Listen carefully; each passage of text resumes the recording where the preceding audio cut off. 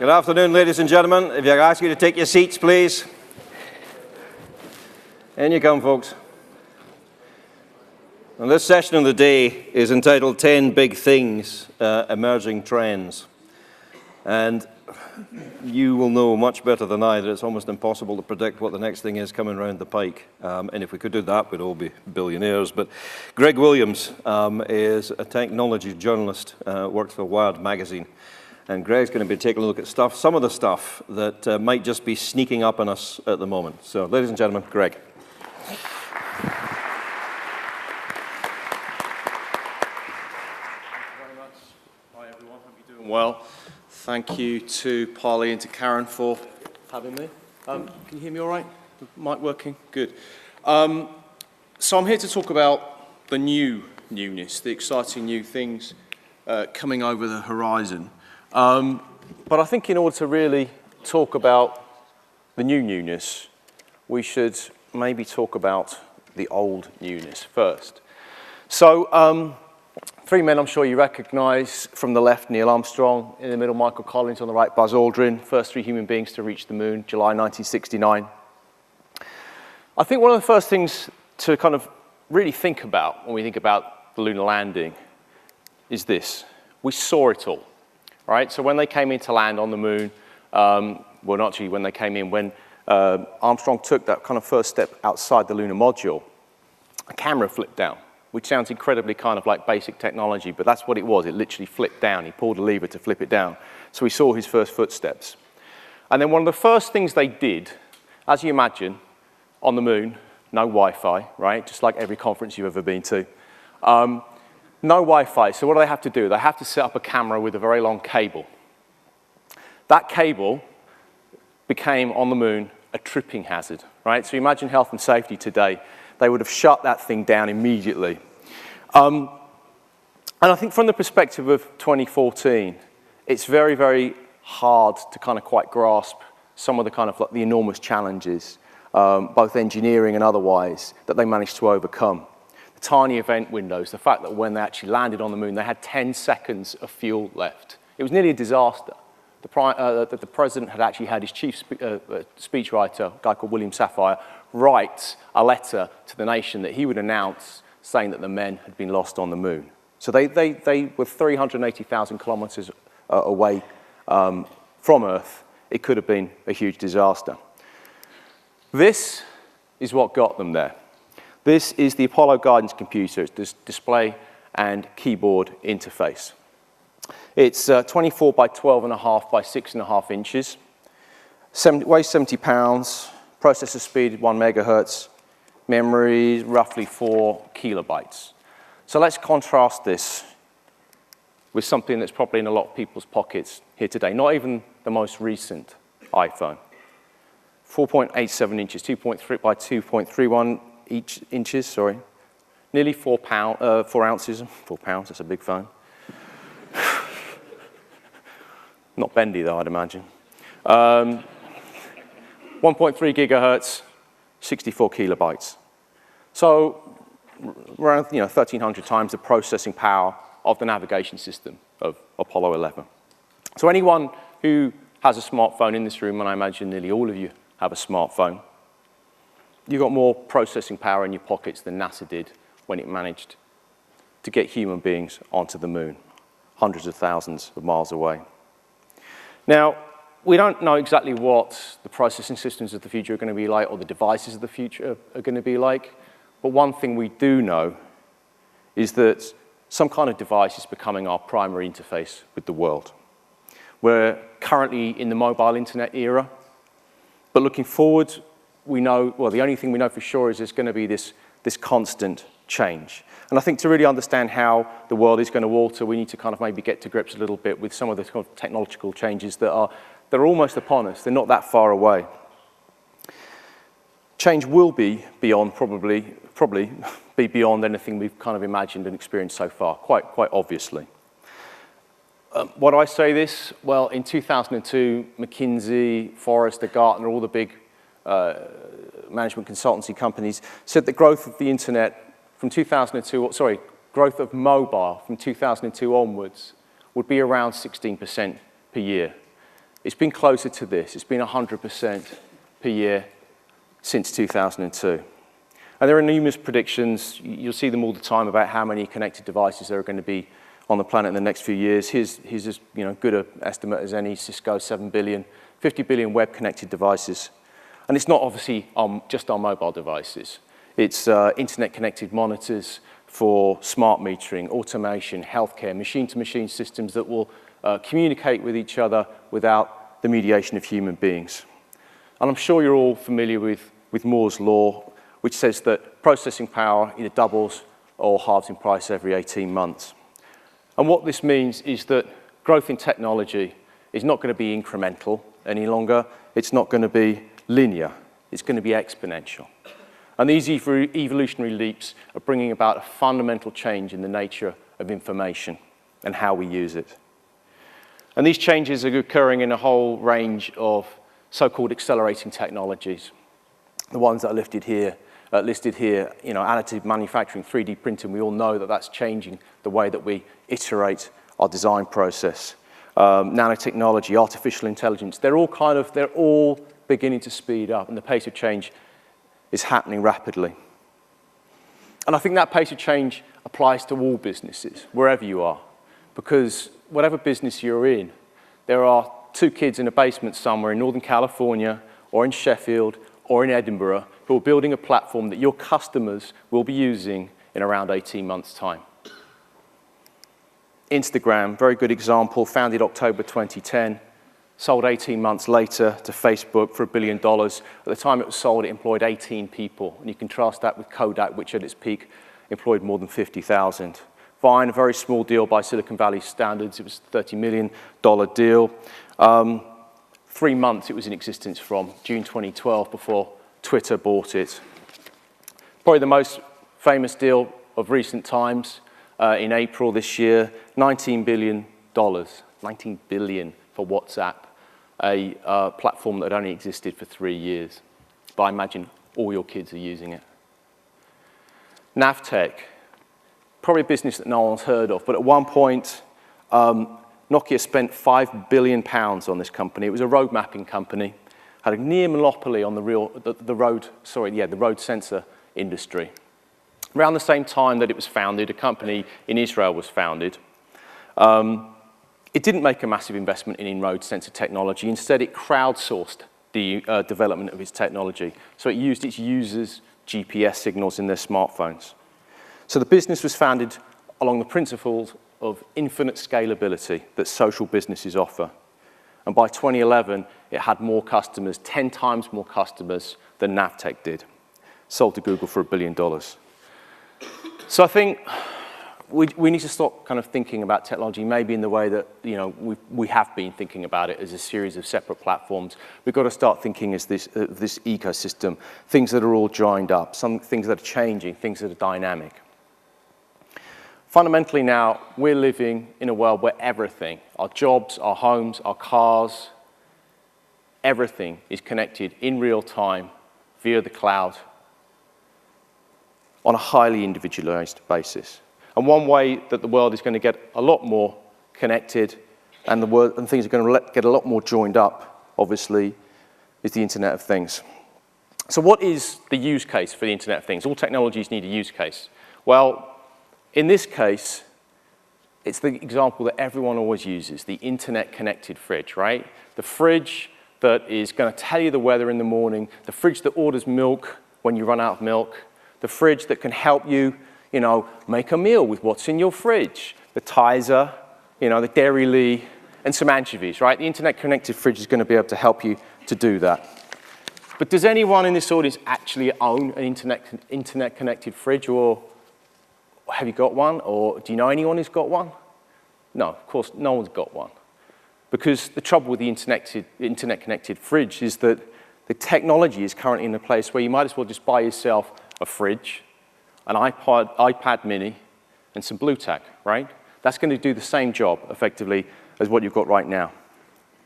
So I think rather than thinking about it as a product in a way, I think the best way to think about the internet-connected fridge is as a metaphor, right? It's a metaphor about how we're thinking about connecting everyday objects to the internet. What's a lot less kind of interesting is thinking about what the Internet of Things is based on, which are these very small sensors that are coming down massively in price. We can put them in rubbish bins to tell us when to empty them. We can put them in our cities to tell us about air quality. We can put them in plant pots to let us know when they need watering. These things are going to connect virtually everything in the world at some point. Anything we want to attach them to, they will give the world effectively an electronic skin. And what this means is that by connecting all these devices to the internet, the data they're going to generate is going to be available to anyone, anywhere, at any time. Well, obviously, what makes this possible is ubiquitous computing, cloud connectivity, and the multi-purpose devices we carry with us that we call phones, but are actually small computers. There will be a vast array of data points, and I know that Chris will be talking about this in a second, that will make sense of this data and figuring out ways for it to be useful to us, to create opportunity, to create wealth, and to create social good. And the most obvious example at the moment, which I'm sure you've all heard of, is Nest, which is Tony Fadell, who was the original designer of the iPod, the first, and also the first iPhone. It's basically a thermostat system. It allows you to control your heating in a much more efficient way. So if you're out and you're coming back late, you can have it set. You can just set it on your phone. British Gas do a very similar thing. It's not exactly kind of revolutionary at the moment. But how about if we connect it to other things, right? So maybe you could turn your oven on as well if you're coming home at a certain time, so you could heat up your food rather than having to wait to it to heat up. Maybe you could connect something, your alarm clock to the weather. So if you're really into surfing, say, you'll know that you can actually get up one morning if the conditions are right, so you can go out and enjoy the waves. Maybe you can hook it up to, I don't know, the traffic reports. If there's a delay on your route to work, maybe it'll wake you up a little bit early, or if your commute or your train is looking bad. We don't really know what this complexity is going to mean, but it will probably almost operate like a natural system, right? Lots of devices and sensors kind of chattering to each other, communicating to each other. And to give you an example of one company ecosystem again, that's really investing in the Internet of Things, GE. So obviously America's biggest industrial company. Revenues 2013 of around $146 billion. Huge company, obviously, consumer electronics, aviation, lighting, healthcare. They've got a new, a new site in San Francisco where they've employed around 500 developers, engineers to work on different programs to do with the Internet of Things. Sensors, for instance, that will communicate when they need maintenance, allow them to act autonomously when they need to shut down if they sense danger. Data that can be maybe used to create efficiencies. There was a project they did, I think 2 years ago in New York City with Mount Sinai Hospital that was to do with optimization. They wanted to optimize the flow of patients through the hospital from when they're admitted to when they check out. So they fitted every patient when they walked in with a little wristband that had a sensor on it. And every bed in the hospital and every piece of equipment in the hospital had a sensor placed on it as well.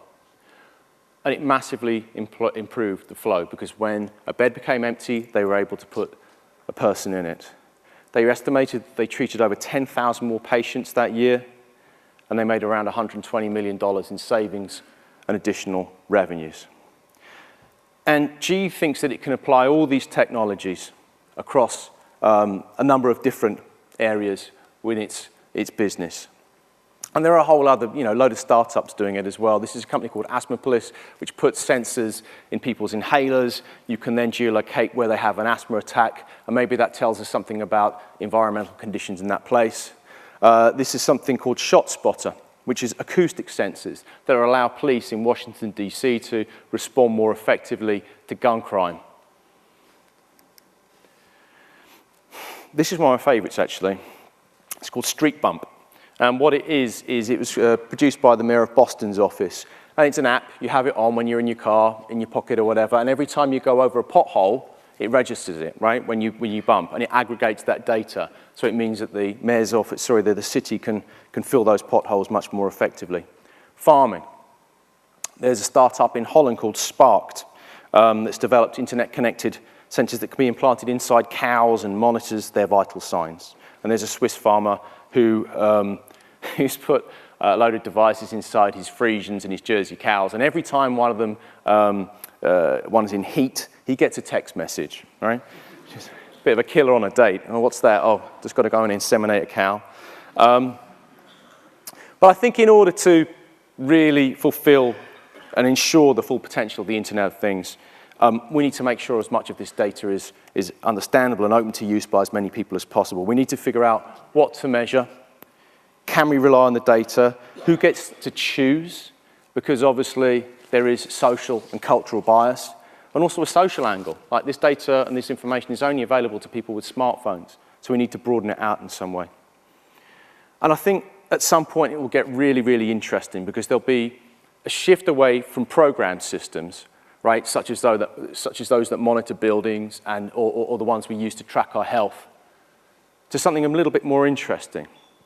A world where any of us can configure devices to do exactly what we want them to do.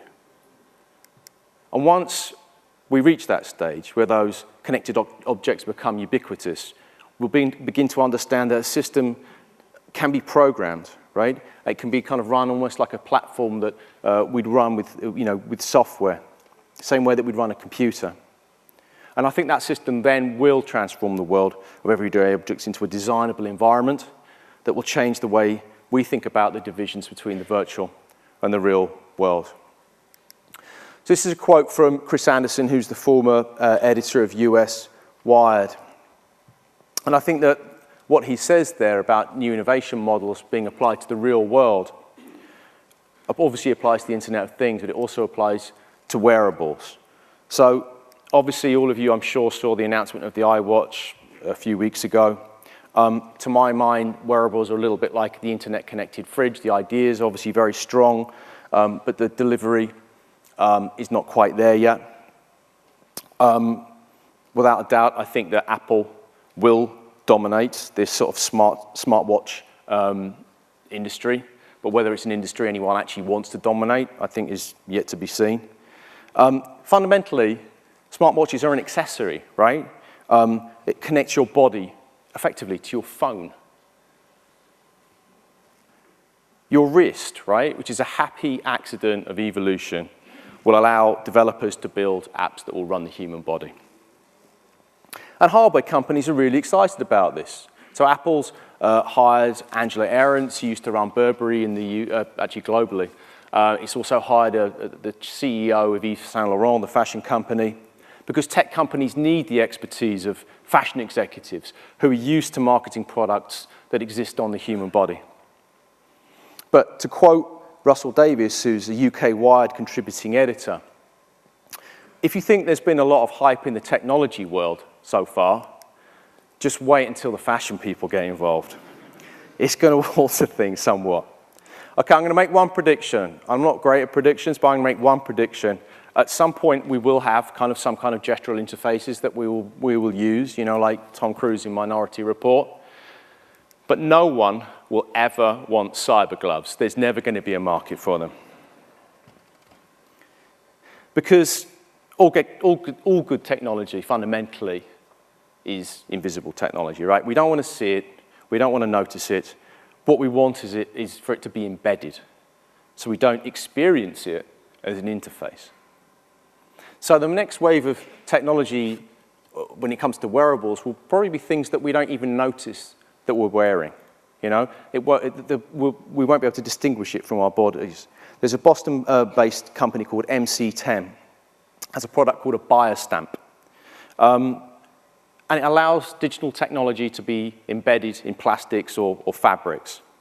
And so you're no longer kind of wearing, right, the technology like jewelry, but you have it unobtrusively on your body, or maybe even inside it. This is what it looks like. It's a flexible computing prototype at the moment, just basically a collection of sensors that can be applied to the skin like a plaster. or because, or like a temporary tattoo or something like that.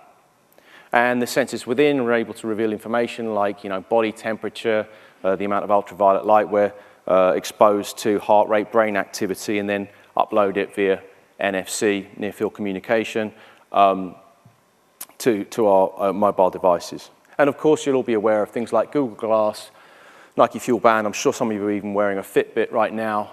But to my mind, I don't think that wearables are going to be much more than a kind of a gimmick, frankly, until they're part of a much bigger kind of ecosystem, a network of hardware and software that's mutually supportive, can improve each other via data. We need these devices and systems to talk to each other.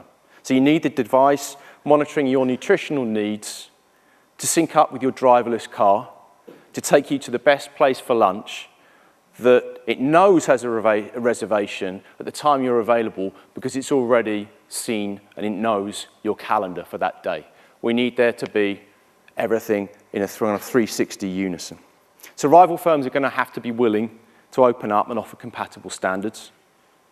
But you all in this room, at some point, probably in the next sort of 10, 15 years, you'll be augmented person. The internet will be spread across your body. You'll be smeared with the internet.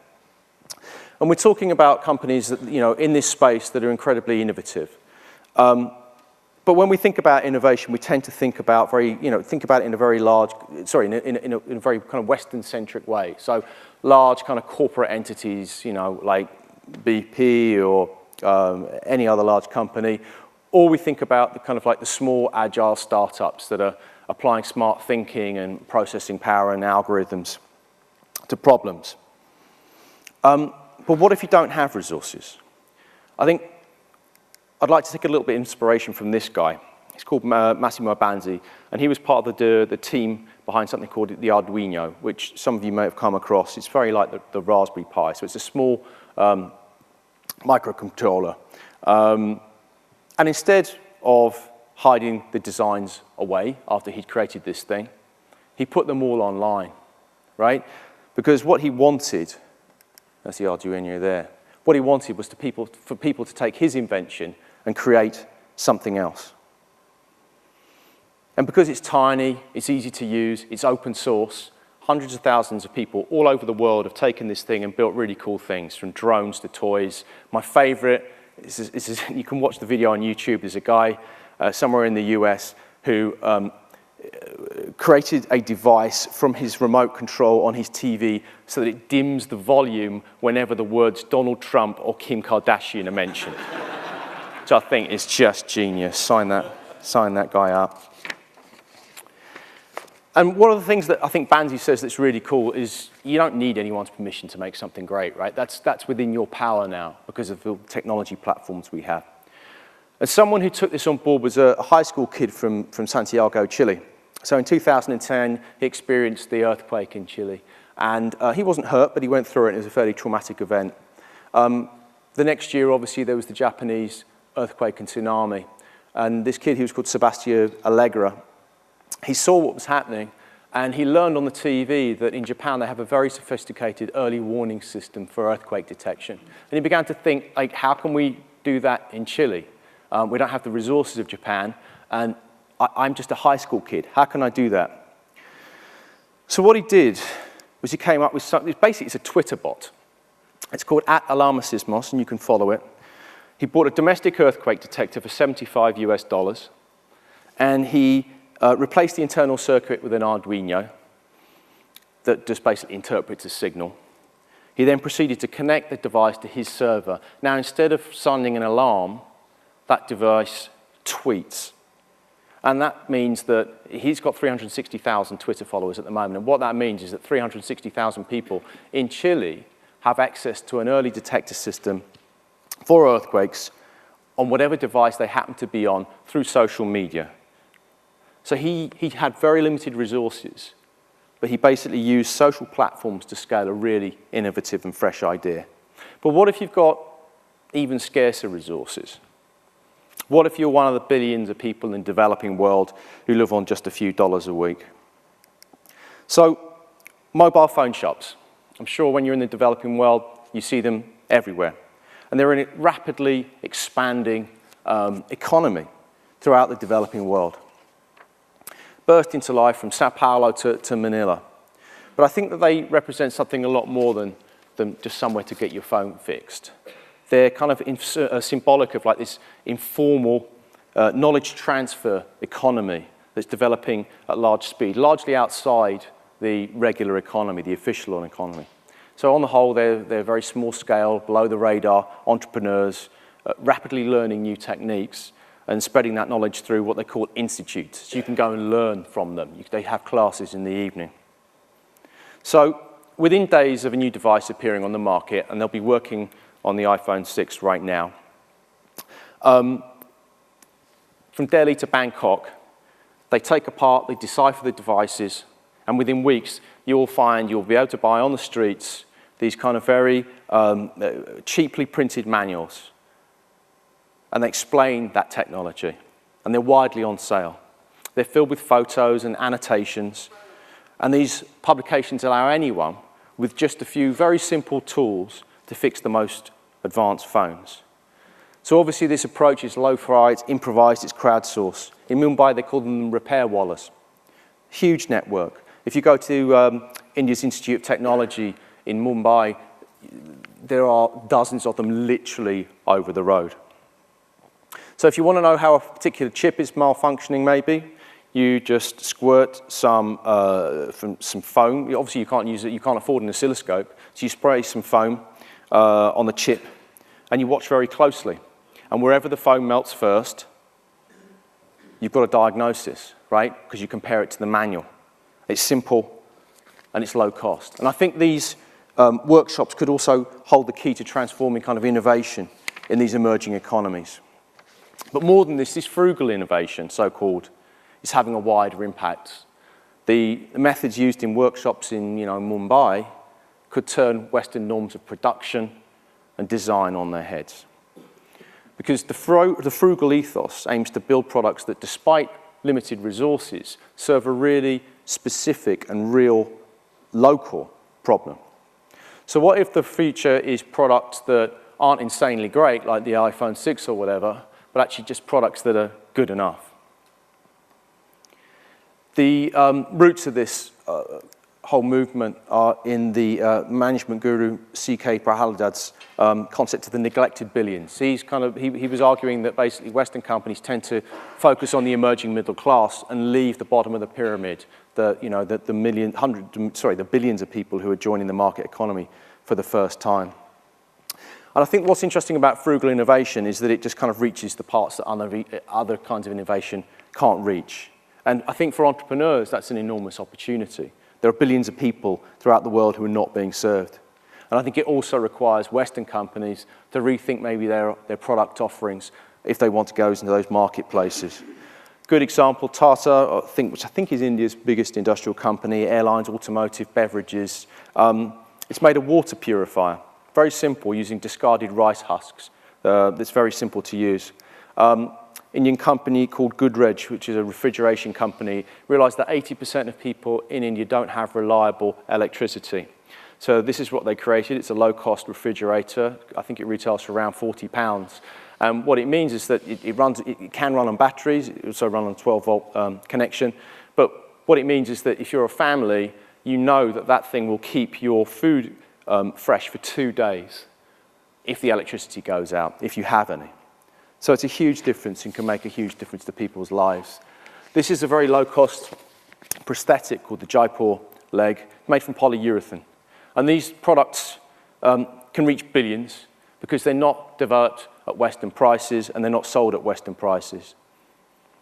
But I think that the principles of frugality go a lot further than just cost-cutting, right? At the root of it, I think there's a lot of innovation that requires creativity involved in creating these products.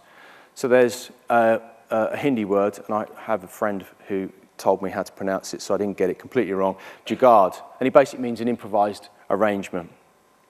There's a professor at Cambridge called Navi Raju, and he's written a book called Jugaad Innovation, which I'd suggest you read if you're interested. And he says that basically it's creative improvisation in the face of adversity. But it's not so much innovation as ingenuity. Here's another example. This is an alarm clock. It's a blood monitor. It uses an analog alarm clock body to measure the amount of oxygenated hemoglobin in the blood. Just uses two LEDs and a simple light sensor from a TV remote. And it can offer a really good overall reading of a patient's health. This is the OSHA, which stands for Open Source Hearing Aid Project. It's an Android app which anyone can download for free, and it generates the tones used to test hearing, and it's applied using a low-cost prosthesis. It's only slightly less accurate than a device that would normally cost around $2,500, a professional-grade device. And once a diagnosis is made, patients receive a hearing aid that costs around £30 to produce. So I don't want to get too kind of misty-eyed about the future. I think there is a lot in technology. I think that where people can get a little bit sort of like overexcited, and it can be a little bit of a bubble. But I like to think of it in terms of the way that the Silicon Valley entrepreneur and venture capitalist Ben Horowitz describes. He thinks of where we are now with the internet is a little bit where they were in the very, very early stages of the combustion engine in the 19th century. So the point about the combustion engine was that it didn't just give rise to the train or the car. It affected enormous change, structural shift in our economy and our way of life. So the shift from the countryside to the city, from agrarian to industrial economies, for the rise of the cities, the rise of the suburbs, and so on. And I think we maybe need to be thinking about these things in these terms, right? The big shifts that are coming, that are going to be world-changing and going to help to redefine us. So I think that when you think about technology over the last few years, every single piece of technology that's been created hasn't been created, obviously, for the technology itself. It's been created for one sole reason, which is human need. Fundamentally, I think we're going to continue to do the same things we've been doing forever. So educating, exciting, entertaining, selling to people through connecting with each other, connecting with other human beings in meaningful ways. That won't change, because fundamentally, it's not really about the technology, it's about all of us. Thanks a lot. Cheers.